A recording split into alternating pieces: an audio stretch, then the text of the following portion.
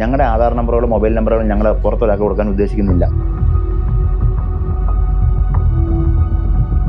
നമ്മുടെ focus just ഒരു data collection മാത്രമല്ല,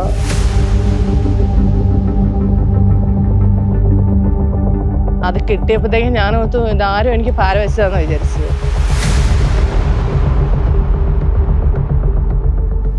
ഒറ്റത്തടിപ്പ് ഒരു പോസ്റ്റ് ആയിരിക്കും പാലമായിട്ടിട്ടാണ്. അതൊക്കെ ഭയങ്കര ബുദ്ധിമുട്ടാണ് കയറി ഇറങ്ങി നടക്കാനൊക്കെ.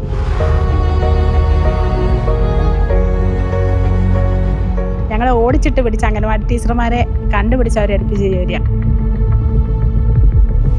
രാവിലെ 4 മണിക്ക് എൻ്റെ പത്രവായനയൊക്കെ കഴിഞ്ഞ് കഴിഞ്ഞാൽ വാട്സപ്പിൽ കിടക്കുന്ന ചോദ്യങ്ങൾക്കൊക്കെ മറുപടി കൊടുക്കും. അതിനുശേഷം ഫോണിൽ മിസ്ഡ് കോൾ വന്ന് കിടപ്പുണ്ടെങ്കിൽ അവർക്ക് മറുപടി കൊടുക്കും. പോകുന്ന വഴി ജന്തുക്കളുണ്ട്, വിഷമുള്ള ജന്തുക്കൾ വരെയുണ്ട്. എല്ലാവർക്കും 2 വീലർ സ്വന്തമായിട്ട് ഓടിച്ചെല്ലെടുത്ത് എത്താനുള്ള ഒരു കഴിവുണ്ടാവണം നിർബന്ധമില്ല.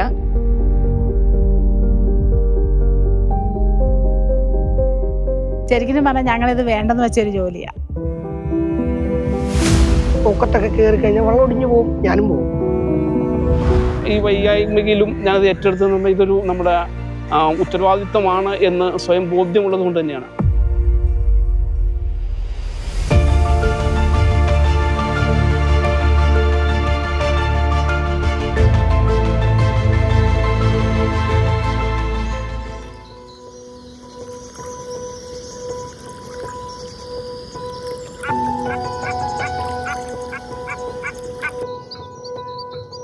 രാവിലെ ഇറങ്ങിക്കഴിഞ്ഞാൽ വരുന്നത് 8, 9 മണി 10 മണിയൊക്കെ ആകുമ്പോഴാണ്.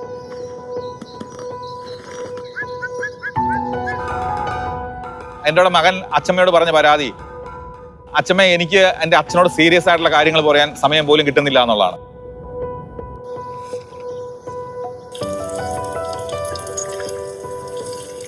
ഫാമിലിയുടെ സപ്പോർട്ട് ഉണ്ടായിരുന്നു നന്നായിട്ട്. പിന്നെ പല ദിവസങ്ങളിലും വൈകിട്ട് ഫുഡ് ഉണ്ടാക്കില്ല, പുറത്തുനിന്ന് ഫുഡ് വാങ്ങിക്കുക വെച്ചാൽ ടയർഡായിട്ടായിരിക്കുമല്ലോ വരിക. ചില ദിവസം കഞ്ഞിയും പയറും ഉണ്ടാകും, അങ്ങനെ ഇവർ അഡ്ജസ്റ്റ് ചെയ്യും കുറച്ച്.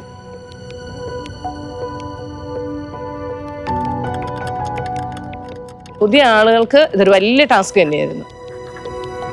1-2 ആഴ്ച മുമ്പൊക്കെ ഇങ്ങനെ ബിഎല്ലായിട്ട് ഡ്യൂട്ടി കിട്ടി ആദ്യത്തെ പണി കൊടുത്തത് SIR ആയിരുന്നു.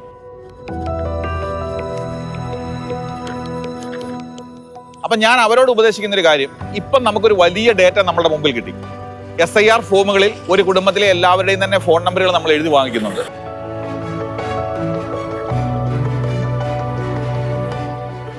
ഒരു ഡയറി എടുത്ത് അതിൽ കുടുംബം തിരിച്ച് നിങ്ങൾ ചെയ്തിട്ടാൽ നാളെ നമ്മുടെ വോട്ടർ പട്ടികയും നമുക്ക് ശുദ്ധീകരിക്കും. പക്ഷേ ഇപ്പോൾ കിട്ടിയ ഡേറ്റ അത് നിങ്ങളൊരു അസറ്റാക്കി മാറ്റിയാൽ തീർച്ചയായും അത് നമുക്ക് നാളെ, കാരണം ഒരു BLO രാജ്യസേവനത്തിന് വേണ്ടി തന്നെ ഇറങ്ങുന്നവരാണ്.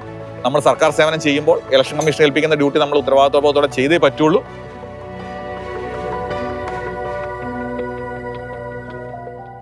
ഇലക്ഷൻ വരുന്ന സമയത്ത് സ്ലിപ്പ് കൊടുക്കാൻ ഇതുപോലെ തന്നെ എല്ലാ വീടുകളിലും എത്തണം. അപ്പോൾ അതൊക്കെ ബുദ്ധിമുട്ടല്ലായിരുന്നു. 3-4 ദിവസം കൊണ്ട് നമ്മൾ ഇത്രയും വീടുകൾ കവർ ചെയ്യണം. അപ്പോൾ അതുകൊണ്ട് മാറ്റുവാണല്ലോ എന്നോർത്ത് സന്തോഷമായിരുന്നു. ആർപ്പുക്കര വില്ലേജിൽ 4-5 പേരെ നിലനിർത്തിക്കൊണ്ട് ബാക്കിയുള്ളവരെ എല്ലാവരും അവരെ ഒഴിവാക്കി. ഇപ്പം ഞങ്ങൾ 4-5 ടീച്ചർമാർ മാത്രമേ ഉള്ളൂ. അന്നേരവും ഞങ്ങൾ അവിടെ ചെന്നു. ഞങ്ങളുടെ വില്ലേജിൽ ചെന്നിട്ട് ഞങ്ങൾ പറഞ്ഞു, സാറേ ഞങ്ങളെ മാറ്റി തരണമെന്ന് പറഞ്ഞു. വില്ലേജ് ഓഫീസർ പറഞ്ഞത്, ഞങ്ങൾക്ക് നിങ്ങൾ നിൽക്കുന്നതാണ് ഞങ്ങൾക്ക് ഇഷ്ടം. അംഗൻവാടി ടീച്ചർമാർ മാത്രമല്ല, നിങ്ങൾക്ക് ഓരോ ഏരിയയും അറിയാം. പിന്നെ ഈ 10-15 വർഷമായിട്ട് നിങ്ങൾ ജോലി ചെയ്യുന്നയാൾ അത്രത്തോളം ഇപ്പോൾ SIR എന്ന് പറയുന്ന ഒരു സംഭവം വരുമ്പം അത് നല്ല റിസ്ക് ആയിട്ട് ഏറ്റെടുത്ത് നല്ല രീതിയിൽ ചെയ്യണ്ട. അച്ഛൻ്റെ അച്ഛമ്മയുടെയൊക്കെ വീട് ഞങ്ങളുടെ തറവാട് തൊട്ടപ്പുറയാണ്. അപ്പം അവർക്ക് ഇതിനെപ്പറ്റി ഞങ്ങൾക്കും വലിയ ധാരണയില്ല, കാരണം നമ്മൾ ആദ്യമായിട്ട് ചെയ്യുന്ന ഒരു പ്രോസസ്സാണല്ലോ. പക്ഷേ കുറച്ച് പ്രായം കൂടിയ ആൾക്കാരെന്നുള്ള പരിഗണനയിൽ വളരെ കൃത്യമായിട്ട് എല്ലാവർക്കും പറഞ്ഞു കൊടുക്കുകയും, അത് മാത്രമല്ല എന്തെങ്കിലും സംശയം ഉണ്ടെങ്കിൽ ഒരു നമ്പർ എഴുതി തരാം, അതിൽ വിളിച്ചാൽ മതി എന്ന് പറഞ്ഞിട്ട് അവർക്ക് സ്പെഷ്യലായിട്ട് ഇതിൻ്റെ ബാക്കിൽ നമ്പറൊക്കെ എഴുതി കൊടുത്ത് വളരെ കൃത്യമായിട്ട് എല്ലാ കാര്യങ്ങളും പറഞ്ഞു കൊടുത്തിട്ടുണ്ടായിരുന്നു.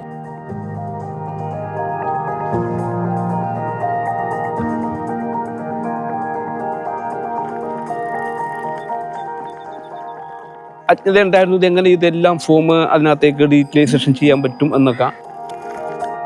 ഒരേ സമയം എല്ലാവരും ഈ ഇതിനകത്തേക്ക് കയറുന്നത് കൊണ്ട് സർവർ വളരെ സ്ലോ ആയിരുന്നു.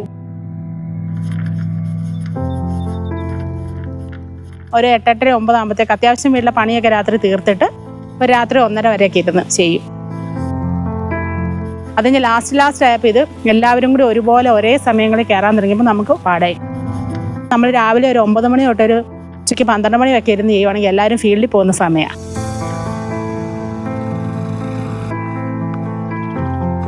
അപ്പോൾ ആൾക്കാർ വളരെ കാര്യമായിട്ട് ഈ ഫോം മേടിക്കുകയും നമുക്ക് പറയുന്ന സമയത്ത് തന്നെ ഇവരിത് പൂരിപ്പിച്ച് തിരിച്ച് തരികയൊക്കെ ചെയ്തിട്ടുണ്ട്.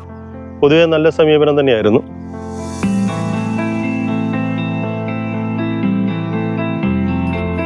ഞാൻ 2-3 ദിവസമൊക്കെ ഫീൽഡിൽ പോയി കളക്ട് ചെയ്തുകൊണ്ട് വന്നിട്ട് ചിലപ്പോൾ ഒരു ദിവസം വീട്ടിൽ തന്നെ ഇരുന്ന് ചെയ്യും.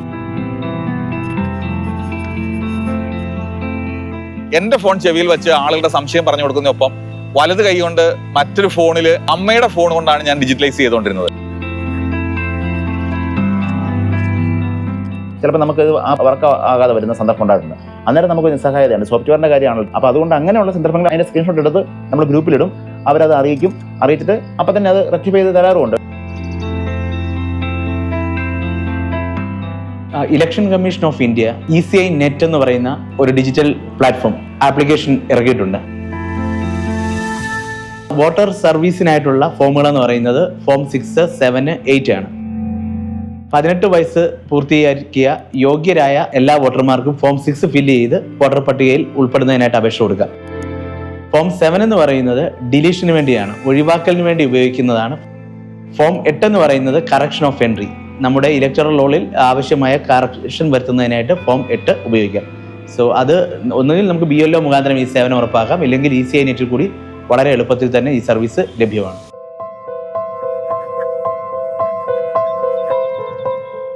ഒരു വീട്ടിലെ കാര്യം എന്ന് പറഞ്ഞാൽ ഞാൻ ചെന്നു ഫോം കൊടുത്തു, ആ ചേച്ചിയുടെ കൊടുത്ത് ഇത് തിരിച്ചു മേടിക്കാൻ ചെന്നപ്പോൾ ചേച്ചി ഇല്ല, അവിടെ മോനാ ഉള്ളത്. ഞാൻ പറഞ്ഞു ഞാൻ ആ എന്യൂമറേഷൻ ഫോം SIRൻ്റെത് തിരിച്ചു മേടിക്കാൻ വന്നാന്ന് പറഞ്ഞു. മോൻ പറഞ്ഞു അയ്യോ ഇവിടെ ആരും ഇല്ലല്ലോ എന്ന് പറഞ്ഞു. ഞാൻ ചോദിച്ചു എവിടെ പോയി? വേളാങ്കണ്ണി പോയി എന്ന് പറഞ്ഞു. എന്താ എനിക്ക് ഫോം തിരിച്ചു തരണേ? തിങ്കളാഴ്ച വൈകിട്ട് വരുമെന്ന് പറഞ്ഞു. ഓക്കെ, ഞാൻ പറഞ്ഞു സംശയമുണ്ട് വിളിക്കൂ, ഫോൺ നമ്പർ അതിലുണ്ടെന്ന് പറഞ്ഞു. തിങ്കളും പോയില്ല, ചൊവ്വയും പോയില്ല, ഞാൻ ബുധനാഴ്ച പോയി. ഭയങ്കര വെയിലുള്ള ദിവസമാണ്. ഉച്ചയ്ക്ക് വണ്ടിയിലാണെങ്കിലും നമ്മൾ ആകെ ടയർഡായി. അപ്പം ഞാൻ വിചാരിച്ചു ഇതൂടെ കഴിഞ്ഞ് കഴിഞ്ഞാൽ ഭക്ഷണം കഴിക്കാമല്ലോ, നമുക്ക് വീട്ടിലേക്ക് പോകാമല്ലോ എന്ന് ഓർത്ത് ഇങ്ങനെ വിഷമിച്ച് ചെന്ന് ബെല്ലടിച്ചപ്പോഴത്തേക്കും ചേച്ചി എഴുന്നേറ്റ് വന്നു. ചേച്ചി ഞാൻ ആ SIRൻ്റെ ഫോമിന് വന്നാ BLO ആണ്, പൂരിപ്പിച്ചോ? ഞങ്ങളാരും പൂരിപ്പിച്ചില്ല. എന്താ ചേച്ചി ഇത്ര ആശയം ഇപ്പം വരുന്നു? ഇവിടെ എല്ലാവർക്കും പനിയായിരുന്നു. ഫോം ഇവിടെ കിടപ്പുണ്ട്, നിങ്ങളുടെ ഫോം കൊണ്ടുപോകാൻ എൻ്റെ കയ്യിൽ തന്നു. ഞാൻ പറഞ്ഞു ചേച്ചി ഇനി വോട്ടർ പട്ടികയെന്ന് പോയി കഴിഞ്ഞാൽ എന്നോട് പറയരുത്. ആ ചേച്ചി എന്നോട് പറയാ ഇത് പൂരിപ്പിച്ചില്ല, ഇനി ഒരു ദിവസം കൂടി വരാമോ, അല്ലെങ്കിൽ ഇതൊന്ന് പൂരിപ്പിച്ച് തരാമോ എന്ന് ചോദിച്ചാൽ തീർച്ചയായിട്ടും ഞാൻ ചെയ്തു കൊടുക്കും. കാരണം ബാക്കിയുള്ള എല്ലാവർക്കും നമ്മൾ അതേ ഹെൽപ്പ് ചെയ്തതാണ്. പക്ഷെ നമ്മളോട് ബിഹേവ് ചെയ്തപ്പോൾ നമ്മളും ടയർഡാ അവരും ടയർഡായതിൻ്റെ ആണോ എന്നറിയില്ല. ഞാൻ എന്തായാലും ഫോൺ കൊണ്ട് വീട്ടിലേക്ക് വന്നു. പിന്നെ എനിക്കൊരു വിഷമം, കാരണം നമ്മള് കാരണം ഇവരിന്ന് പുറത്തു പോരുതല്ലോ. പക്ഷെ എന്തോ ഈഗോ ആണോ എന്ന് എനിക്കറിയില്ല, എൻ്റെ ഈഗോ ആണോ എന്ന് എനിക്കറിയില്ല. എനിക്ക് പിന്നീട് അങ്ങോട്ട് പോകാനും മടിയാ. എന്നുവെച്ചാൽ 3 ടൈംസ് ചെയ്ത് ഇവരൊരു മോശം എന്ന് പറഞ്ഞാൽ അങ്ങനെ ഒരു സംസാരം എനിക്ക് ഇഷ്ടപ്പെട്ടില്ല. പിന്നെ നമ്മുടെ അടുത്തുള്ള എല്ലാ പാർട്ടിക്കാരും നമ്മൾ നല്ലതായിട്ട് കോണ്ടാക്ട് ഉള്ളവരാണ്. അപ്പം ഞാൻ ആ പിള്ളേരോടൊക്കെ പറഞ്ഞു ഇങ്ങനെ ഒരു പ്രശ്നമുണ്ട്, ഇന്ന വീട്ടിലാണ്, ഈ ചേച്ചി ഇതാണ് പറഞ്ഞത്, ഞാൻ എന്യൂമറേഷൻ ഫോം തിരിച്ചു കൊണ്ടുവന്നു, ഞാനിത് ലാസ്റ്റ് ഫോം എൻട്രി ചെയ്യുന്നവരെ ഞാനിത് വെച്ചുകൊണ്ടിരിക്കും. നിങ്ങൾക്ക് ആർക്കെങ്കിലും പറ്റുമെങ്കിൽ മക്കളോ കോണ്ടാക്ട് ചെയ്ത് നിങ്ങൾക്ക് ഇതൊന്ന് പൂരിപ്പിച്ച് തരാമോ? ഒരു രാഷ്ട്രീയ പാർട്ടിയിൽ ഒരു പയ്യൻ പറഞ്ഞു ചേച്ചി എൻ്റെ ഫ്രണ്ടാ, ഞാൻ പറഞ്ഞ് ചെയ്യിപ്പിച്ചു തരാമെന്ന് പറഞ്ഞു. ഞാൻ പറഞ്ഞു ശരി ഫോം തന്നു വിടാമെന്ന് ചോദിച്ചു. പറഞ്ഞു ഫോം തരാൻ എനിക്ക് കുഴപ്പമില്ല, പക്ഷേ കൊണ്ടുപോകുന്ന ആളുടെ ഉത്തരവാദിത്തമാണ് ഇത് തിരിച്ചെത്തിക്കേണ്ടതെന്ന് പറഞ്ഞു.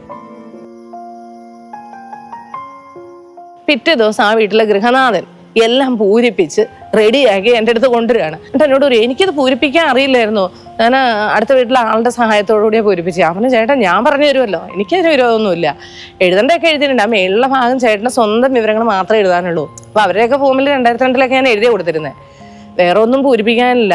ആ ചേട്ടൻ്റെ സഹായം ചേട്ടൻ പറഞ്ഞെങ്കിൽ ചെയ്യുമായിരുന്നല്ലോ. അപ്പോൾ ഉടനെ ചേട്ടൻ പറയാം എനിക്ക് ഇവിടുത്തെയാണെന്ന് അറിയാൻ മേലായിരുന്നെന്ന്. അല്ല എനിക്കറിയില്ല എവിടെ എത്താന്ന്. ആ ചേട്ടൻ പക്ഷെ ഞങ്ങളുടെ നാട്ടുകാരനായിരുന്നു, ചേട്ടൻ അറിയാം.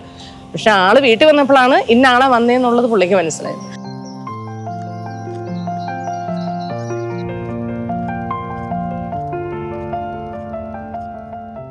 ഞാൻ പറഞ്ഞു ഇന്ന കാര്യങ്ങളാണ് നിങ്ങൾ പൂരിപ്പിച്ച് തരേണ്ടത്, ആധാർ നമ്പർ, മൊബൈൽ നമ്പർ, കാര്യങ്ങൾ. അപ്പോൾ അവർ പറഞ്ഞു ഞങ്ങളുടെ ആധാർ നമ്പറുകളോ മൊബൈൽ നമ്പറുകളോ ഞങ്ങൾ പുറത്തൊരാൾക്ക് കൊടുക്കാൻ ഉദ്ദേശിക്കുന്നില്ല, ഞങ്ങൾ ഇത് ഉടനെ ഒപ്പിട്ട് തരാൻ ഉദ്ദേശിക്കുന്നില്ല. നിങ്ങളുടെ നെയ്ബേഴ്സും റിലേറ്റീവ്സും ഈ ഇന്ത്യ മഹാരാജ്യത്തെ 100% ആളുകളും ഇതിൽ ഭാഗമാക്കായിക്കൊണ്ടിരിക്കുകയാണ്. പഠിച്ചോളൂ, പഠിക്കുന്നതിന് കുഴപ്പമൊന്നുമില്ല, അതിനുശേഷം നിങ്ങൾ പൂർണ്ണമായിട്ടും സാറ്റിസ്ഫാക്ഷൻ ആണെങ്കിൽ തന്നാൽ മതി എന്ന് പറഞ്ഞു. അങ്ങനെ ആ സന്ദർഭത്തിൽ 3-4 പ്രാവശ്യം പോയിട്ട് പോലും അവർ ഒപ്പിട്ട് തന്നിട്ടില്ല.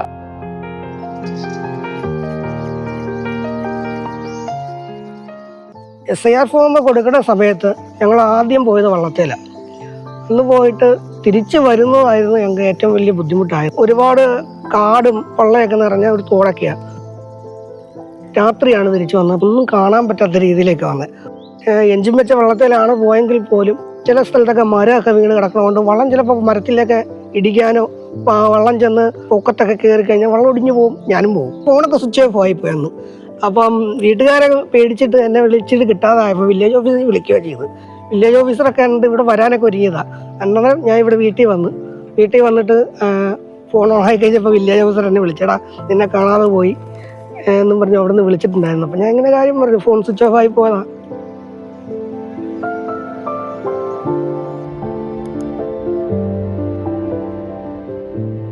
ലേഡീസിനൊക്കെ എന്ന് പറഞ്ഞാൽ സ്വന്തമായിട്ട് ഈ സ്ഥലങ്ങളിൽ എത്തിച്ചേരുക ചിലർക്ക് ബുദ്ധിമുട്ടാകും.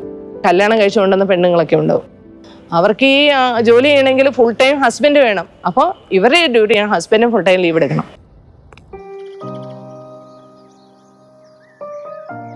ഫോം കൊടുത്തു കഴിഞ്ഞിട്ട് ഇത് തിരിച്ച് റിട്ടേൺ കിട്ടുന്നതിന് മുമ്പ് ആൾ മരിച്ചു. ഒരാൾ മാത്രം താമസിക്കുന്ന വീടാണ്. ഈ ഫോം കൊടുത്ത് എന്ത് ചെയ്യും? മരണാനന്തര ചടങ്ങുകൾ കഴിഞ്ഞപ്പോഴത്തേക്ക് അവരുടെ റിലേറ്റീവ്സ് വന്ന് ഒരു വീട് ഉടച്ച് പോവുകയും ചെയ്തു.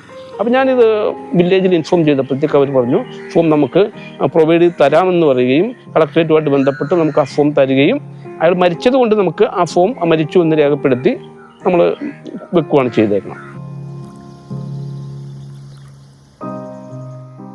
ഞങ്ങളുടെ ഫോം കൊടുത്ത് തീരാൻ ഇച്ചിരി വൈകിയായിരുന്നു. അപ്പോൾ തന്നെ നമ്മുടെ ഇവിടുത്തെ ചേട്ടന്മാരും എല്ലാവരും നമുക്ക് സപ്പോർട്ട് ചെയ്തിട്ടുണ്ട്. അവരൊക്കെ എൻ്റെ കൂടെ ഫോം കൊടുക്കാനൊക്കെ ഒരുപാട് പേര് വന്നിട്ടുണ്ട്. പിന്നെ ഇവിടുത്തെ പഴയ അംഗനവാടി ടീച്ചർ, പഴയ BLA ആയിരുന്നു ടീച്ചർ, എന്നെ 2-3 ദിവസം ഇതിനു വേണ്ടി ഒരുപാട് സഹായിച്ചു.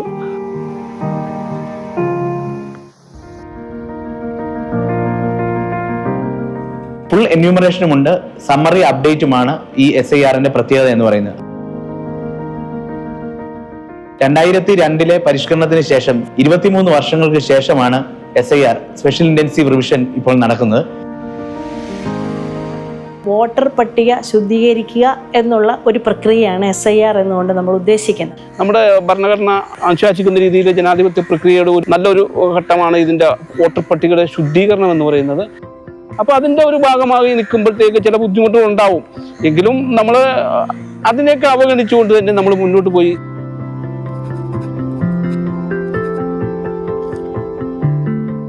വോട്ടർ പട്ടികയുടെ വേരുകൾ എന്ന് പറയുന്നത് തീർച്ചയായും BLOമാർ തന്നെയാണ്.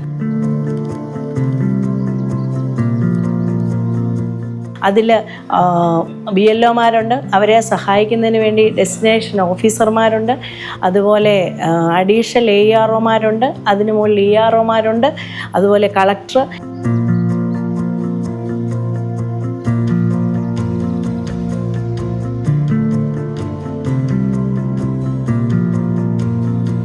കോട്ടയം ജില്ലയിൽ 1564 BLOമാരാണ്.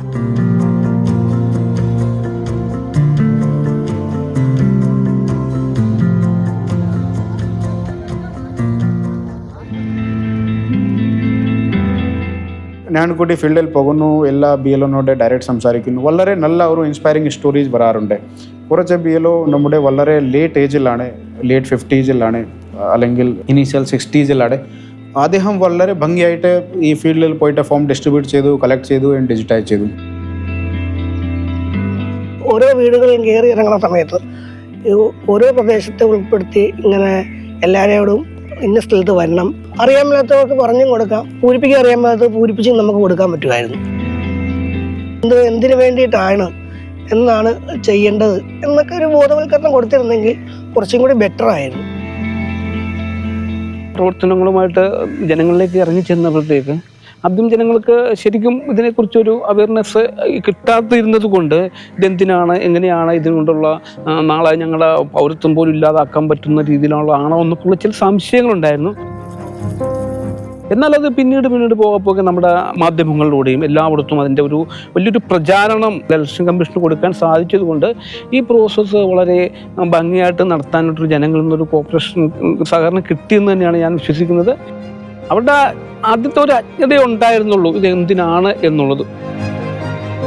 ഞങ്ങളാൽ കഴിയുന്ന രീതിയിൽ ഞങ്ങളും നമ്മുടെ സിസ്റ്റവും എല്ലാം അത് പറഞ്ഞ് മനസ്സിലാക്കി കൊടുത്തതുകൊണ്ട് അതൊരു ബുദ്ധിമുട്ടായിട്ട് തോന്നിയിട്ടില്ല എന്നാണ്.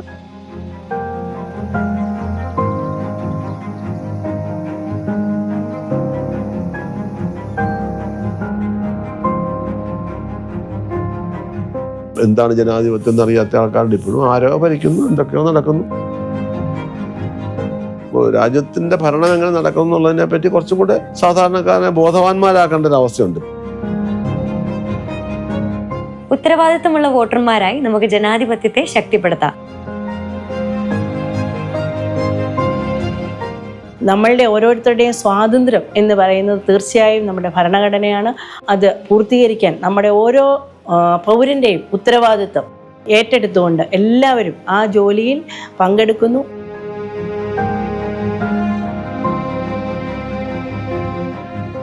Now democracy is no more a concept. It's part of our culture.